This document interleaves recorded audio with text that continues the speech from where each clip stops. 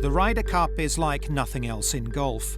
Raw emotion and unbridled passion are a given, but so too are nerves and the pressure to perform. Team Europe will defend this trophy at Hazeltine with 6 rookies among their ranks, all fresh to this unique environment. 2 years ago, Jamie Donaldson teed it up at Gleneagles as one of 3 rookies in Paul McGinley's side. This is the story of how he got to grips with the competition and ultimately played a pivotal role in Europe retaining the cup. It's funny, when I was growing up I didn't really like team games, that's why I played golf. It is definitely the best to play in a team environment in your chosen sport.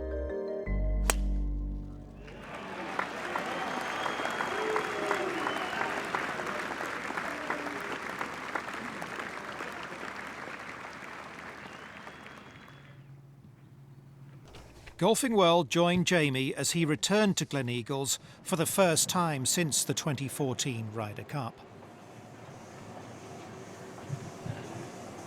The stands may have been taken down and the circumstances were certainly very different, but the Welshman was happy to be back and taking a trip down memory lane. Right. The holes are still the same, it's just all the surroundings look different because there were so many people there, you know. It's amazing to come back here. I mean, this is a very special place with 3 great golf courses. You know, then they have the Ryder Cup here, which, you know, makes it even better, makes it just an incredible arena to play golf in. You know, this is perfectly set up for the Ryder Cup. There were so many great viewing spots all over the golf course, and obviously I'm always going to, at some point, come back here. It was just when, you know, now is obviously a perfect time with there being, it's 15 degrees and sunny and warm, so yeah, beautiful.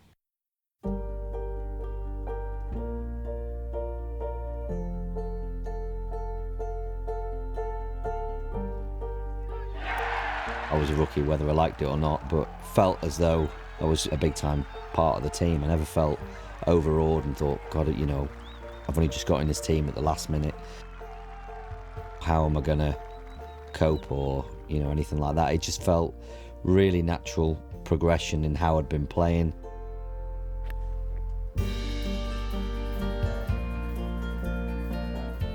And when I got there, just felt as good as anybody else in the team, with given form going into the Ryder Cup. I played well right up until it was chosen, the team. So yeah, I felt very comfortable in that environment.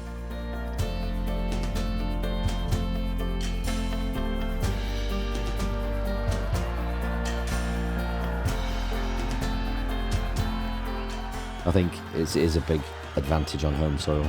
Obviously you've got the crowds, and, you know, for me, I'd played that course so many times, it was like playing in your back garden with, you know, with a bunch of mates.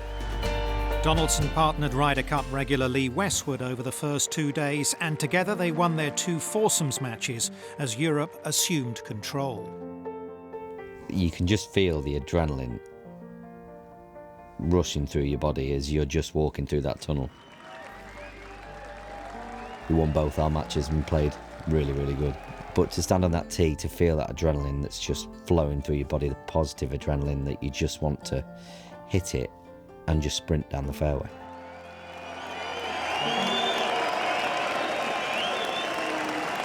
By the close of play on Saturday, Europe led 10-6. But with Europe's miraculous recovery from the same deficit 2 years earlier in mind, Captain Paul McGinley prepared for a spirited American response in the Sunday singles. You know, I remember the night before when McGinley's going around picking out all the numbers, and he comes up to me and says, "You're 10. He said, you know, it's an anchor role, you've been playing great, so you're going to possibly be in a position to play, to have the opportunity to hit the winning shot. So get ready," and walked off. I'm like, that was it. So, you know, it's funny because that night then that I'm thinking in the back of my head that I actually thought it was going to happen. I hardly slept that night. I think in about, 4 or 5 hours kip. And then, yeah, we went out, teed off. There wasn't that many people there watching. And as the game progressed, it got to the back 9, and more people started turning up. And walking down 15, it was like everybody that had got into the tournament that week had turned up to watch us down 15.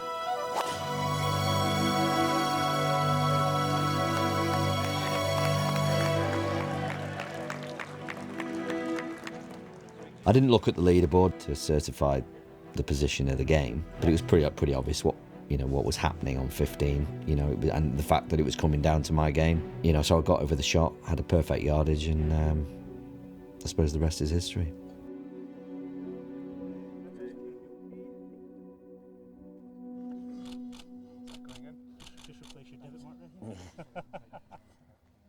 Ready to put it in? Yeah, pop it in. Right, there you go, it's better. Excellent. Yeah.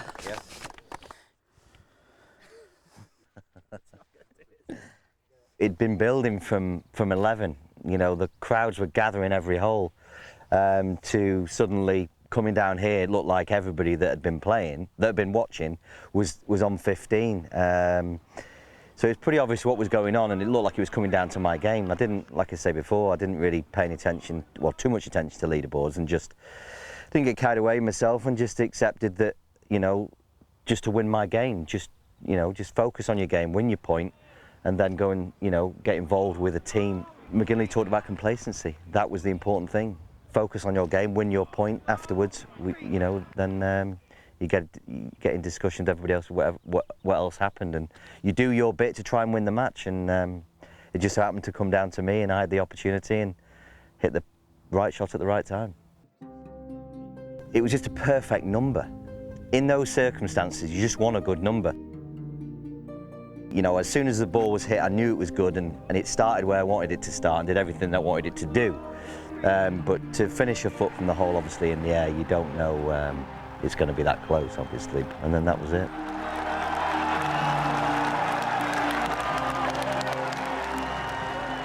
I mean, obviously, it holds great memories for me. It's the best moment in my golfing career to date.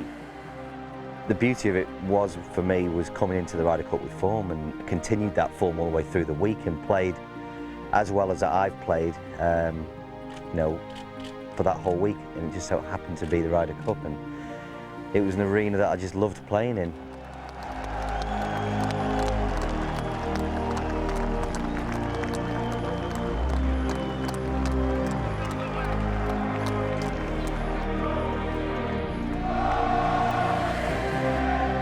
Well, attempt it with the same club, because everything else is cheating.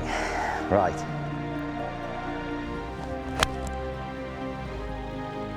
Tell you what, that's not bad. There we go.